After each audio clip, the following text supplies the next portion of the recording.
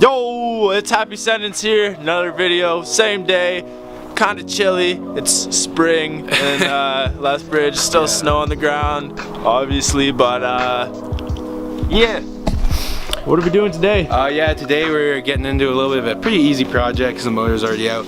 We're swapping this subframe in. It's actually out of my old 240 that had an SR20 in it, so it's getting kind of resurrected. So this subframe we gotta swap out for this guy right here. This is an RB subframe. RB20, right? Yeah, RB20 subframe. This one's an SR20 subframe. Because SR20 is getting tossed in. So it's a NAS15 SR20 with a turbo kit bolted on it, so NADE plus T. Yeah, gonna swap this thing in and kind of have a sweet little street car. Alrighty, so Tristan already got the driver's side done, like taking all the bolts out for the subframe. Now we're about to show you how to actually do it. So obviously we're going to show you it on the passenger side. So just reverse it for the driver's side, because yeah, there's not really any point of taking both sides off. So what's the first step here, Tristan? Okay. Hey, so first step is just supporting obviously the rack before you take it out. Because you don't want to fuck any of the lines up. So that's what we got with this bungee cord set up. Yeah, if you're wondering what that is, because you don't want to bend any of the hard lines or have any of that shit break on you. It's just unnecessary money you got to spend after. And then next step is just taking off the rack bolts. So there's the one there that he's unscrewing. I'll zoom in a little bit. And then that one right there. Alright, this one's green. The extension. So there's the front one, and then the back one's just back there. It's kind of greasy, hard to see, but it's right there. But we got the bolts off, so the rack's free right now. So just do the same thing for this side of the rack right there. So there's the front one, and then the other one's just on the back side there. So it's just being held up by this bungee cord here, and the tie rods in the knuckle. Next step after that is take off the tension rod bolt. We got all loose, everything already. Nice and finger loose, hey? Oh yeah, all his finger. And then the next is the lower control arm bolt. So just right there. Taking off that nut, that guy right there. That's connected to the rack, and then you'll pull the bolt out that way. That bolt right there. Yeah. Best way to do it, I've found, is support the knuckle or the brake with the jack. And hit it out. Don't mind me, we're just using a janky JDM fucking Fozzie jack? Fozzie jack! So now that the hub's jacked up, you can bang that bolt out, right? Yeah, you can either bang it out, or sometimes she'll be loose enough, or you can slide it right out. Just like that. Alright, so we got it all unbolted. Just pops right out. Pops out, and you don't want to fuck up your ball joints or anything, so it's always good to support your shit while you can, you know. So we're just kind of jimmy rigging it up with some zip ties, just so it's not just dangling. And we'll just take off these mounts right here for the subframe and swap it out and bolt it all back together. So those are just 14 mil on top and 17 on the bottom, and everything else, actually all the other bolts are 17 mil. So alright, so right now Tristan's just rigging up 3 zip ties together just so he can kind of do the same thing as the driver's side and just support the hub so it's not dangling and putting unnecessary tension on everything. It also started snowing, so we're gonna try to bang this out as quick as possible. Yeah. Okay, so we just kind of realized that we didn't really need to do this because this set is being supported by the jack, but you know, I'd rather be safe than sorry. Safety first, kids. Alright, time to take these subframe bolts out. It's obviously easier if you're working with a buddy. And especially easier if you're working with no motor. Yeah, for real. For real. L'Oreal. Alright, I'm going to leave that just a cunt hair in and do the backside now, just so the rack doesn't completely fall out. Subframe. Fuck, subframe, sorry. Subframe, not rack. Yep, both are almost out there. I'm just going to take that nut off and spin that nut off. And that side is out. Alright, so the passenger side, or for a left-hand drive, obviously the driver's side is out. Now we just gotta take 2 subframe bolts out on that side and it'll be right out of there. So, same thing on this one. 14 on top, 17 on the bottom. Like I said at the start, we'd already taken off all the rack bolts and stuff like that on the driver's side, so just do what we did on the passenger side, just on the driver's side, obviously. You want to hold the subframe up because that side's falling out. Yeah. And then it's putting a lot of pressure on this side. Yeah. Tight. Okay, wait 1 second. Just hold it like that. Okay. Okay, I got it. You're good. Alright, so and just support the subframe. Yeah, 1 sec. This is gonna look janky. Oh, zip ties!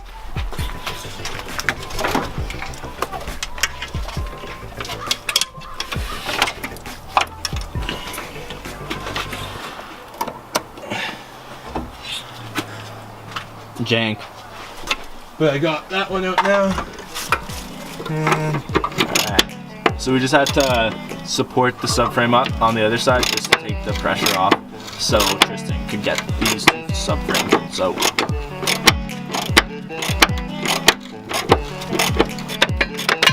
Woo! Don't look at the jack stand we're using. Totally safe and official.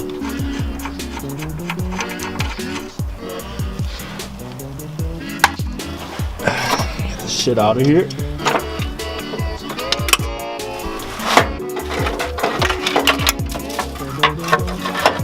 Passenger side's out. Picking them up. Oh, nothing. There you go. Sweet. RB subframe is out.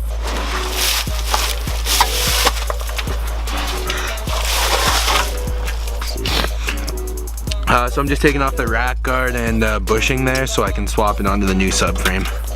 Just a 10 mil. We'll just put the subframes beside each other. Alright, so rack guard is out. And just bolt it on just like that.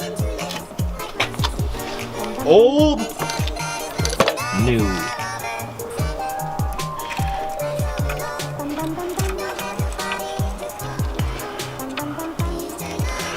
I gotta leave this loose though so I can slide it over the... Okay, wait. We'll get this bitch Again, I don't know if y'all can see the snow, but it's actually freaking coming down now, so we're gonna try to cross this in ASAP. Obviously, we're not going to be as detailed for this just because, well, A, it's snowing, and B, it's just a reversal of what we exactly just said. So, obviously, easier with 2 hands so someone can hold in place while the other one is bolting it in. So I'll probably put the camera away and just hold them in place so that Tristan can put all the bolts in. But do you want to just give them a quick rundown on which bolts they're going to be doing? So the first 4 bolts we're going to be doing is these guys right here. So that's what mounts the subframe to the actual frame of the car. And those guys right there, that's the 2. Then we'll throw the rack on with all the bushings and get lower control arms and the tension rods back on. Alright, see you guys in a bit once we have the subframe probably bolted back in. Happy sending. We got the subframe lightly held in there, just a couple threads on the bolts. Now Tristan's just lining up the rack so he can get the rack bolts attached to the subframe. Yeah. So we'll put that one in, the one in the back, and then obviously that one and the one on the back of that. Yeah. See you in a couple seconds. Alright, so the camera died. It's pretty cold out, but as you can see, it's full on, like, pretty much blizzarding now. You can see how much is piled up since we started. But yeah, you're gonna have to bear with us on an iPhone clip for a little bit till the battery charges up. Alright, so we got the subframe in.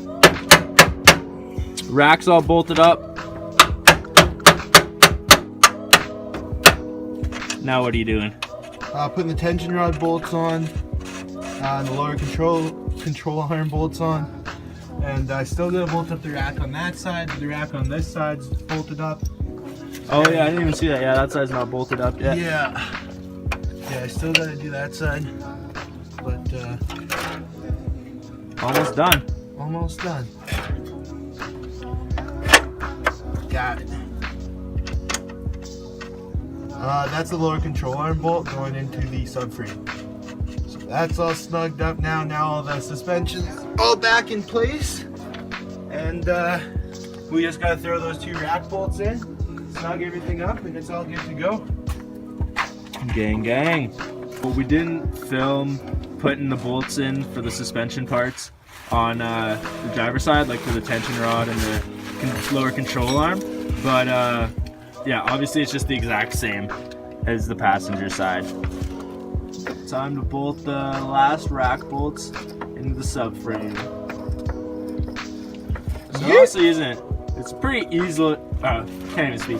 So it's a pretty easy process if you have your motor out, but I'm sure it's a complete different story if the motor's in. Yeah, if you wanted to do this with your motor in, you would be having a hell of a time. It's doable, but huge pain in the ass. Yeah, what is this? 8 bolts? 6 bolts? 2, 4, 8 6, or 12 maybe. 8, 10, 12. Yeah, 12. Not bad. Nope. So yeah, if you're looking to convert from RB to SR, or obviously from SR to RB as well, just reverse it. So for all you 240 guys who are wanting to do RB swaps, and you don't want to spend money on conversion mounts for your subframes, if you can find or track down a RB subframe, it'll bolt right into your car, and you can bolt the RB right in place with the factory tranny mount, factory motor mounts and everything. But I assume if you're in the States and watching this, it'll be a lot harder to find an RB subframe than it is up here where we got it. Cheap about a dozen up here. Oh yeah.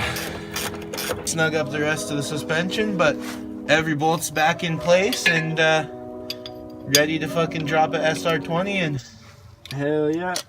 probably clean it up a little bit. This is how we do it out in Canada. Let's see those hands. Worker. Hey. Filmer. Last one's needing snugging. Second last. Second last. Gotta do this lower and then the tension rod. And this is gonna be built as a drift car, and I know all this shit's stock, don't worry.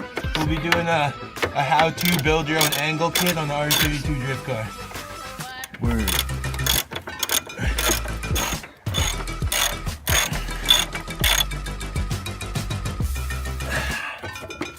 And that's it. She done. Alright, give me some now. Fuck yeah. Woo woo! Happy sending. Nice gold. Some fresh grease on her. Oh yeah. You know. That looks beautiful. Look at how much it's snowed since we started.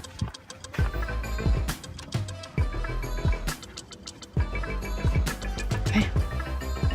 What's up? What's up, guys? The drift pups. Oh. Oh. Alright, so the camera's still dead. It couldn't hang in the cold unlike us, but yeah, that's basically how you swap the subframe from RB to SR or SR to RB. Yeah, same thing. Every bolt's pretty much the same. I mean, knuckle system and everything on the S chassis is different, but it's essentially the same bolt, same 12, and you can put an SR in a Skyline or an RB in a 240 or S chassis, whatever you want to do. Just by Whatever you want to do. Alright, well, hope you guys liked it. Don't forget to like, comment, and subscribe. Drop my phone.